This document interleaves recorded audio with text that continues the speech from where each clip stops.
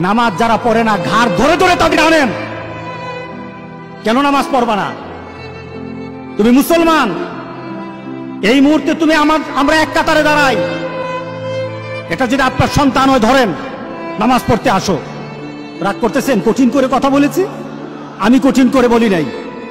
আমাকে বলানো হয়েছে মুহাম্মদ সাল্লাল্লাহু আলাইহি সাল্লামের কথা কঠিন ছিল নামাজের ব্যাপারে। কেউ যদি আমার কঠিন কথাকে কঠিন হিসাবে নেন তাহলে রাসূলকে কঠিন বানাতে হবে। রাসূল সাল্লাল্লাহু আলাইহি সাল্লাম বলেছেন, তোমার সন্তান 7 নামাজ শিখাও, তোমার সন্তান 10 নামাজ না পড়লে তার পিটাও।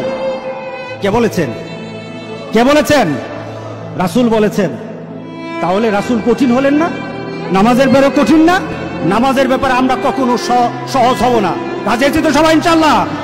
নামাজের ব্যাপারে আমাদের কোনো সহজতা নাই, কোনো কম্প্রোমাইজ নাই, কারোর সাথে আমার সম্পর্ক নাই। নামাজ আছে তো সম্পর্ক আছে, নামাজ নাই আল্লাহর সাথে তার সম্পর্ক নাই, আমার সাথে তার কোনো সম্পর্ক নাই। আপনি ঘোষণা দেন, পরিবেশ সুন্দর হয়ে যাবে, তওবা কবুল হবে, আল্লাহ আমাদেরকে রক্ষা করবেন, আল্লাহ আমাদেরকে রক্ষা করবেন ইনশাআল্লাহ। আল্লাহর কাছে তওবা করে করে কাঁদি, মাবুদ আমাদেরকে তুমি এই গজব থেকে বাঁচাও, আমাদের গজব থেকে বাঁচাও। আল্লাহ যেন সবাইকে হেফাজত করে, আল্লাহ যেন সবাইকে হেফাজত করে।